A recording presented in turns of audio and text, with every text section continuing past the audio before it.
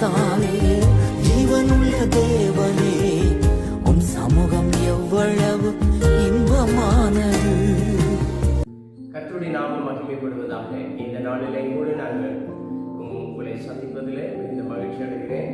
கர்த்தர் உங்களோடு கூட இருப்பாராக. கர்த்தருக்கு ஸ்தோத்திரம்.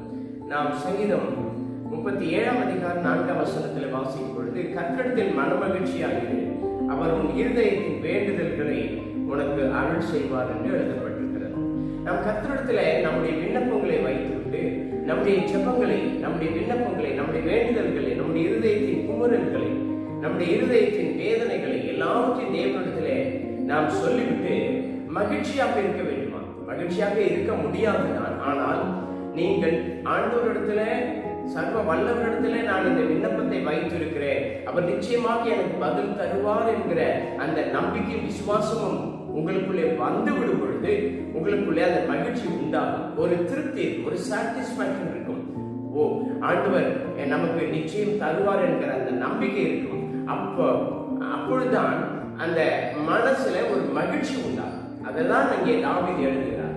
கர்த்தரிடத்தில் மனமகிழ்ச்சியாயிருங்கள், அப்பொழுது அவர் உங்கள் இருதயத்தின் வேண்டுதல்களை உங்களுக்கு அருள் செய்வார். நீங்க ஆண்டவரிடத்துல செபித்து விட்டு கர்த்தரிடத்துல நம்பிக்கையோடு, விசுவாசத்தோட, மகிழ்ச்சியோட நீங்கள் இருக்க பழகுங்கள். அதற்கு பிறகு ஆண்டவரிடத்துல கர்த்தர் இந்த காரியத்தை செய்து விட்டார், கர்த்தர் எனக்கு கொடுத்து விட்டார், கர்த்தர் எனக்கு நிறைவேற்றி விட்டார் என்கிற விசுவாசத்தோடு நீங்கள் காணப்படும் பொழுது கர்த்தர் உங்களுடைய இருதயத்தின் விருப்பங்களை, வாஞ்சைகளை, வேண்டுதல்களை உங்களுக்கு நிச்சயம் அருள் செய்வார், நிச்சயம் ஆண்டவர் செய்வார் என்று சொல்லிக்க போகிறோம். எங்களை நேசிக்கிறேன், நன்றியோடு ஸ்தோத்திரிக்கிறோம். இந்த நாளினுடைய கருத்து நோக்கு விடுக்கிறோம். நீர் பொறுப்படுத்திக் கொள்ளும். கேட்ட ஒவ்வொருடைய வாழ்க்கையிலும் அவர்களுடைய விருப்பங்கள், வாஞ்சைகளை நிறைவேற்றி மகிழ்ச்சியோடு, சந்தோஷத்தோடு காணப்படும்படி கர்த்தர் கிருபை தருவீராக. உம்முடைய நாமம் மகிமைப்படட்டும். கர்த்தர் பெரிய காரியங்களை இயேசுவின் நாமத்தில் பிதாவே, ஆமென். God bless you.